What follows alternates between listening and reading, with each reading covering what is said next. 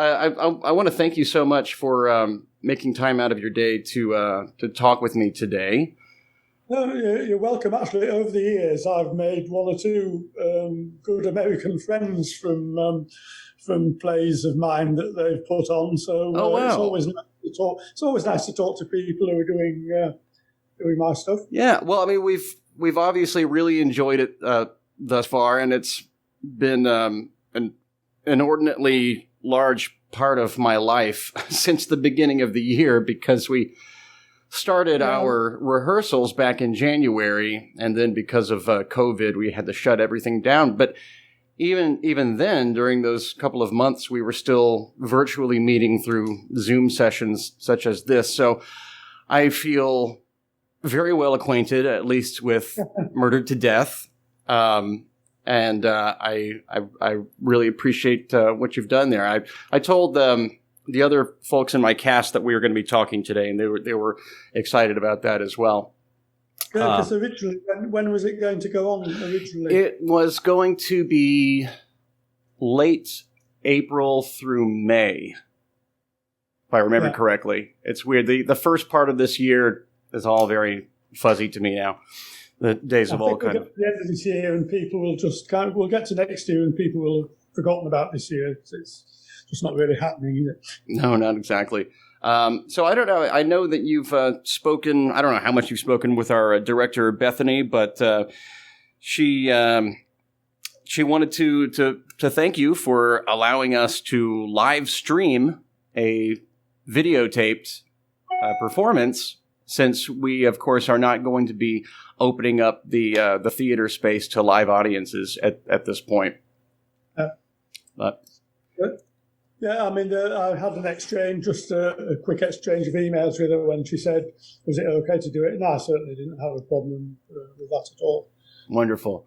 Okay, well, I've got some questions here for you just from, I was perusing your blog and checked out some of your other works. A couple of things that caught my attention from your bio there. You were a chartered civil engineer before becoming a full-time writer. And that's right. Lots of people actually don't associate people who are engineers with anything to do with writing, on the basis that engineers aren't actually supposed to be able to even manage to speak, never mind write. So, it was a bit of a strange combination. Now, was that different in your case? Was in your vocation, were you doing any writing, or that was just strictly to pay the bills, and then you found time to write in your own time? It was pretty much like that. I mean, I think like lots of people, I kind of stumbled into my profession, which turned out to be civil engineering. Right. And really the theatre was kind of a hobby. And I kind of almost fell into the writing as well. So at one stage I thought, well, I'll just try writing and see how it goes. Basically, the theatre group that I was in, we were always hunting around for plays to perform. And obviously come across some very good plays, some other plays that you kind of think, well, perhaps that's not so good.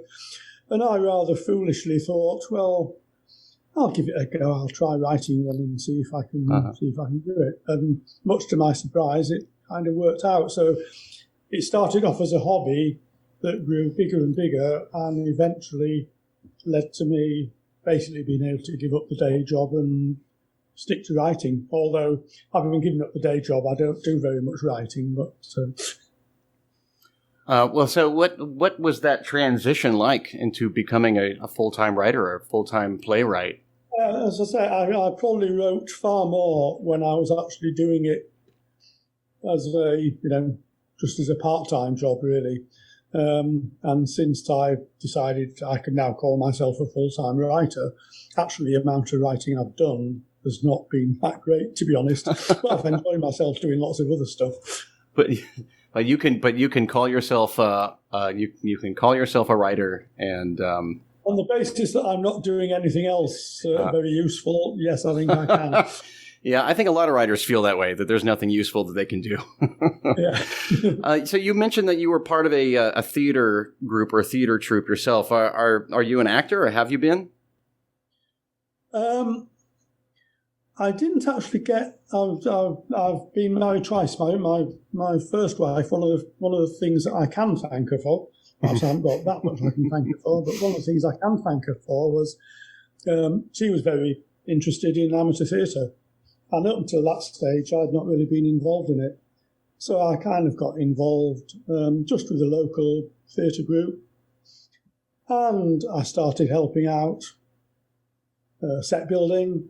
Maybe working a bit backstage. Then I thought, well, I'll try acting. So I did some acting as well. And I thought, well, there must be something that I actually can do quite well in the theatre. So I'll try writing. So that's kind of how it took off. Right. So for a while I was doing some writing, but still continuing to act in the theatre group. In fact, the first time, believe it or not, Murder to Death, although it had a different title when I first wrote it, was actually the first play that I ever wrote. Since then, it got modified a few times, and it certainly wasn't the first one that was published, but it's certainly the first one that I wrote. And when our local group performed it, I also directed it, and we were a little bit short of men, so I also played the part of Constable Tompkins as well. That's unusual. It certainly kept me busy. That's great. Well, so what were some of your influences as a playwright or as a comedy writer, being that Murder to Death is obviously a comedy, and just as a writer in general? I mean, I must say that although the Inspector Pratt plays, there were 4 of them, and Murder to Death obviously was the first one, although those are the ones that commercially have done the best for me, I personally prefer some of the other comedies that I've written. And certainly one influence that I had when I started writing, I was very fond of the work of Alan Ayckbourn, and he was certainly a big influence. And also Willie Russell as well. I quite liked the things that Willie Russell did. Willie Russell was Blood Brothers. I'm sure you're perhaps familiar with that one. Well, Willie Russell, I'm sorry, can you repeat the name of it? Blood Brothers. Blood Brothers. Yeah, it started off as a play and then became a musical as well. Okay, yes, I am familiar with that. But certainly Alan Ayckbourn was kind of quite a big influence, I think. And he's another Yorkshireman as well. Oh, okay, another Yorkshireman. Oh, that's good. So that actually reminds me, just from my American perspective, there's a lot of Britishness, a lot of class consciousness that is specifically British at the heart of Murder to Death. And I'm reminded specifically of shows that, that we've seen over here on this side of the pond, like Are You Being Served or Faulty Towers. Yeah. I mean, were those also cultural touchstones in your mind as well? Yeah, I think so. Actually, when you mention things like Are You Being Served, the first professional production that Murder to Death had, there were actually a couple of the cast members of Are You Being Served were in it. Oh, yeah. I had a castmate who actually pointed that out to me. That's great. But in the general, I guess the general style, I set out to write a spoof of Agatha Christie, really. So I think that's where all that, all the very stereotypical, I suppose, British 1920s, 1930s characters come out. And really, so they're spoofs of fairly typical Agatha Christie characters, apart from Inspector Pratt, of course, who is maybe slightly different. Were you always keen on Agatha Christie mysteries? And I do have to admit that I wasn't really, no. I have performed in a few of them. And I must admit I never particularly liked them that much, which is part of the reason I decided to write a spoof. One of the things that always grabbed me about them is that you have these quite convoluted plots. Mm-hmm. And then suddenly you find that the murderer, or somebody very associated with it, turns out to be a character that you've not actually met in the play, who suddenly appears out of nowhere. So there's a kind of a play on that in Murder to Death, of course, when Miss Maple comes up with her theory about the woman of East European descent, and she's, and that's really just a spoof on the Agatha Christie. Suddenly this character appears out of nowhere that we've not heard of before. I do appreciate the Miss Marple or the Miss Maple character in your play as a nod to Miss Marple, who is addle-brained and completely way off, playing with our our perceptions of what that character is supposed to do. Yeah. One thing that really strikes me about the play, it's a parody, it's a spoof, and it works. I really enjoy it. I've read and performed in a lot of spoofs and lampoons that fall flat, that fail to engage the audience. A theory I have is that a lot of it comes down to having characters that no one can relate to or can emotionally involve themselves with. How do you think you manage to avoid the fate of unsuccessful parodies? I think it was possibly pure luck. I don't know. I mean, certainly one thing I set out to do when I started writing it was basically I was working on the theory that it's a spoof. So, and it's the whodunit as well. Yeah. So, A, it's got to be funny, but B, it actually, to me, the whodunit part of it, the mystery part of it, actually had to be something that was workable. Yeah. I think sometimes spoofs might fall down on one or the other. They might actually have quite a nice plot, which works as a whodunit, but perhaps isn't quite so funny. Or we might get something that's funny, but the whodunit part perhaps doesn't quite work. So I really wanted to make sure that both elements worked well. But ultimately, in all my writing, I've never been particularly trained to write drama or anything like that. Ultimately, to me, I write what I think is funny or what works, and then other people can judge whether it's worth it or not.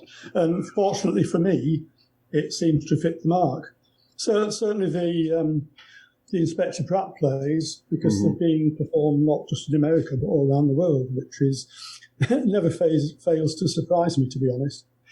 That's another thing I'm sorry to interrupt you. Another thing that I wanted to ask you about, again, taking a look at your blog, your website, is clearly you've mounted this production and your other Pratt plays not only in the UK but in the US, here in Texas, of course, and then I think I read South Africa and some other places. Have you seen any of those productions in other countries? Well, I mean, the main other countries are, as you say, the US, South Africa, New Zealand and Australia. I get quite a lot of productions in Australia as well.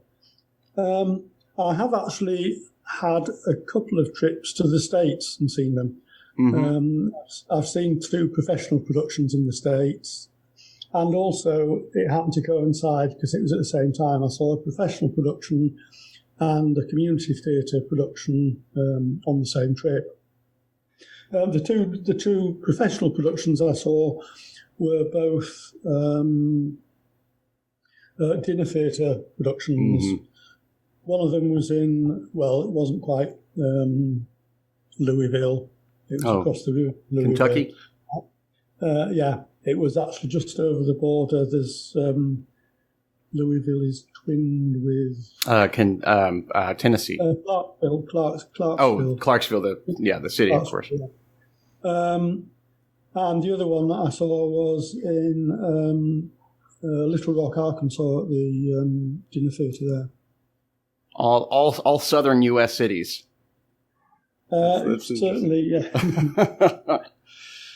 I've got some friends up in the north in Wisconsin, and I saw a community theatre production there, and then travelled down to see the one in Little Rock, and it was actually quite funny because in the north of the US, people were saying, "Oh, you're going to the south, they're really quite strange down there," you know. Of course. And when I got down to the south, they were saying, "Oh, you come from the north, they're really quite strange up there, aren't they?" Yeah. Yep, that's welcome to the U.S. Yeah, exactly. And of course, my agent in the UK works for a company. It's now Joseph Weinberger plays, but he's actually a Californian. Oh, okay. And to him, at one time, I told him I was going to the States and some of the central areas, and he said, "Well, can't really understand it because there's the East Coast and the West Coast, but why would you want to sort of visit any of the places in between?" So I've got all kinds of perspectives from on the US. From flyover country. From various people, yeah. That's what we call it. Well, on the trips I've had there, on the second trip I had there, I think we drove through my wife we drove through about 12 or 13 states, I think. Wow. So we perhaps see more of the US than some of the people who live in the US. I don't know. I'm quite sure. I mean, it's a big, vast, vast place. I mean, just where we live in Texas, it takes 10 hours in either direction just to leave the state line. Yeah, I can imagine. I would certainly like to get over to towards that side of the US at some stage. Well, we would love to have you. It's unfortunate we won't be able to have you in time to see us mount Murdered to Death. So when you have seen performances in the U.S. or other places of your place, particularly the Pratt plays, how do they differ from the ones that you see in the U.K.? And are there things that they get wrong?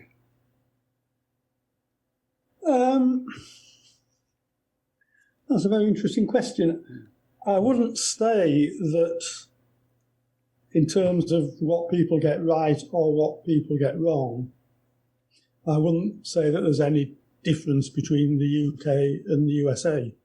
You know, I ask because. Oh, sorry. Go ahead. Yeah, I think generally speaking, whenever I go and see a performance of one of my plays, they're always a little bit different, which is the nice thing about seeing them because everybody has their own perspective, and the director will have a certain view on things, the actors will certainly have a view on things. So every time, it's a little bit different. And to me, that's the fun part of writing plays. Interesting. Yeah, I ask because I can tell that it's written from a particular perspective. It's written from a very British perspective, and it's about mid-20th century class relations and that kind of thing that doesn't necessarily translate very well to here, for example. One thing that's kind of surprised me about it being done so much in the US, and it gets done actually by quite a lot of high schools and colleges in the US. And one thing that surprises me is that I kind of thought that some of the humour wouldn't translate to the US particularly well. I can see how it would work in places like Australia and New Zealand, which have perhaps got a more recent, greater link with the UK. But the US sense of humour and kind of getting some of the stuff that are in the Pratt plays, I wasn't quite sure how that would work. I mean, I guess part of it works because of Agatha Christie. Right. Because I think most Americans would get the Agatha, know who Agatha Christie is and have probably seen some Agatha Christie films. And also, I kind of think that with the Inspector Pratt character, it's a little bit like Agatha Christie meets the Pink Panther. Yes. And there's certain elements of the comedy in the Pratt character. you could imagine Peter Sellers playing that part as and it working very well. Yeah. So perhaps it's those two things.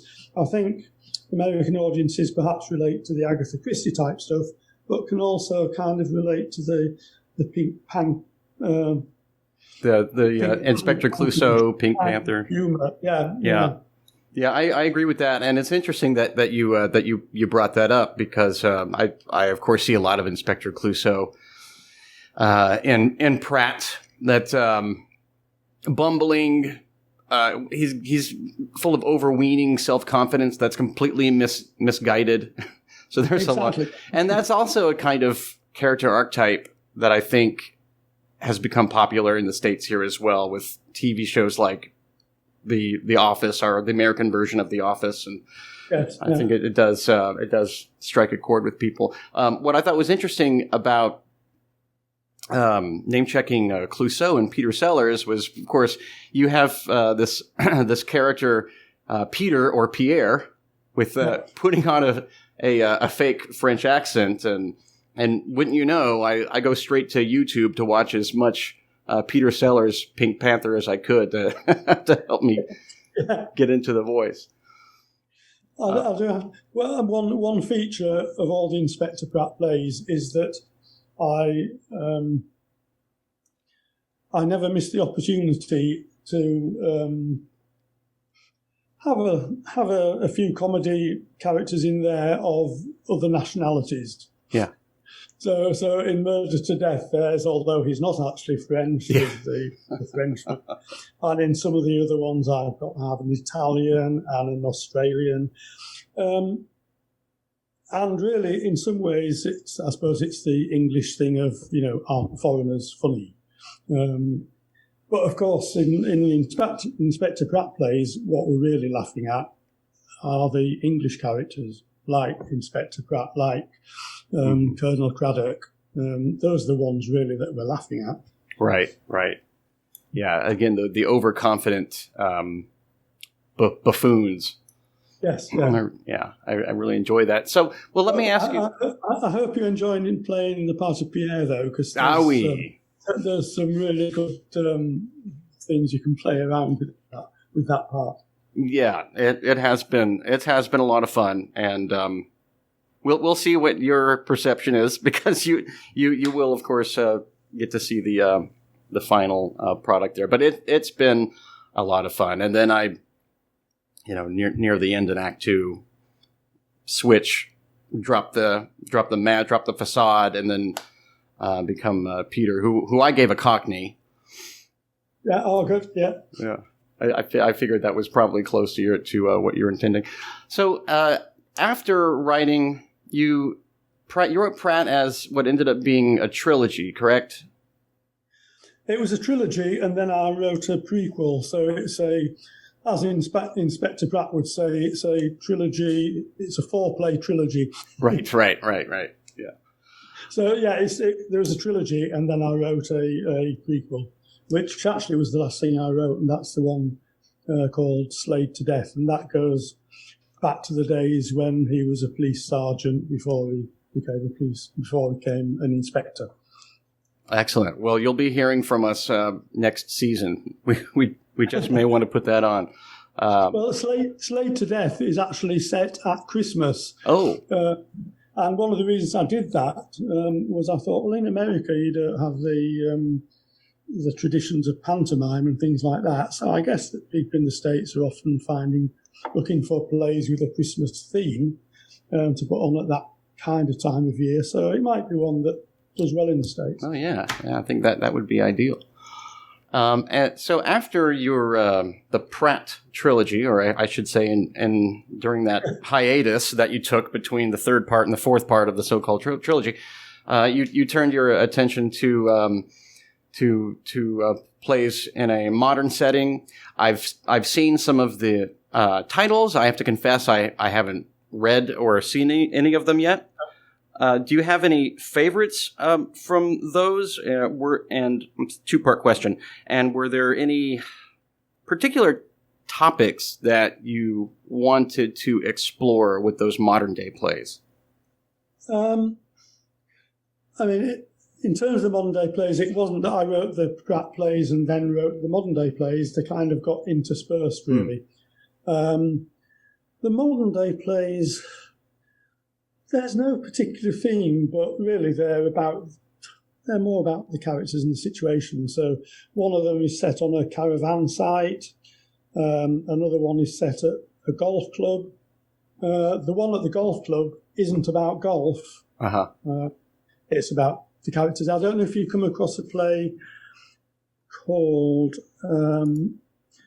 you possibly haven't because it probably wouldn't go well in the States, called Outside Edge, and it's about cricket. So that you probably immediately turn off at that point. Yeah, go ahead. There's a well-known English-British play called Outside Edge, which again is set at a cricket match, but it's all about the characters rather than the game of cricket. And I kind of wanted to do something the same with golf, so it's set at a golf club, and there are obviously lots of aspects of golf in it, but it's about the characters, not the golf. Are you a golfer yourself? I wouldn't describe myself as good enough to actually call myself a golfer, but I have hacked around a few courses in my time. Excellent. But yeah, the other plays, there's no particular theme as such. I think I mentioned Alan Ayckbourn. I don't know if you've come across any Alan Ayckbourn plays. I mean, he's quite prolific. In the amount of stuff he's written, I mean, he's, I think, probably written about 60 or 70 plays now. And his is particularly his older ones, are very much just about English, about British people, really. And so I guess my modern comedies are based on that kind of thing. They're just about everyday situations and everyday characters, really. So does he, and I'm sorry, what was the name of that playwright again? Alan Ayckbourn. Alan Ayckbourn, okay. Now, does he take sort of a Noel Coward approach, or is it more everyday people? Very much everyday people. I mean, he goes back to, I guess his first plays were put on in the 70s or something like that. Oh, okay. And basically, I think he's written at least one play per year ever since then. Wow. And I mean, he's certainly, perhaps not so much in the US because maybe the humour doesn't translate in that way. But certainly, again, in places like New Zealand and Australia, if you mention the name Alan Ayckbourn, everybody would have done or know of his plays. That's impressively prolific. Would that we could all be that prolific? Do you do writing yourself? Do I do acting? Is that what you asked? Do you do any writing? Do I do any writing? I do. I do some writing. I haven't written anything long form yet. I've written a couple of one acts, and I've written a lot of comedy sketches through a couple of the comedy schools / comedy theaters here, and I do write for just a couple of podcasts that I do in my spare time. I have one podcast that is completely devoted to the band Sparks, oddly enough, and then I have another one that I do, which will feature this interview. By the way, it's mostly an interview podcast, but then I also intersperse that with some sketches. So it's been a while since I've picked up the pen or typewriter and really, endeavored to do a full, 3-act or so play. But with all this time in front of me. Yeah, I just wondered whether you've been, obviously in a community theatre, if you'd written anything for them. That's a good question, and I haven't yet. I've actually haven't been a member of this repertory for very, very long, but there are several people who are members who have written some one acts, and I'm definitely looking to get involved with that. Hopefully next season. And thanks for lighting a fire under me. Right, so they are quite open to producing things that members have written, which is great. Yeah, I really appreciate it. Yeah, they've been it's a really supportive group of people to be involved with. Unfortunately, we are forced to leave our space at the end of July for budget reasons, for rent. This COVID-19 situation has definitely cut into our bottom line, and it's just a trying time for anyone, let alone people in the independent performing arts. Yeah, I think it is. But as you say, particularly for theatre groups, both professional and community, I think everybody's struggling at the moment.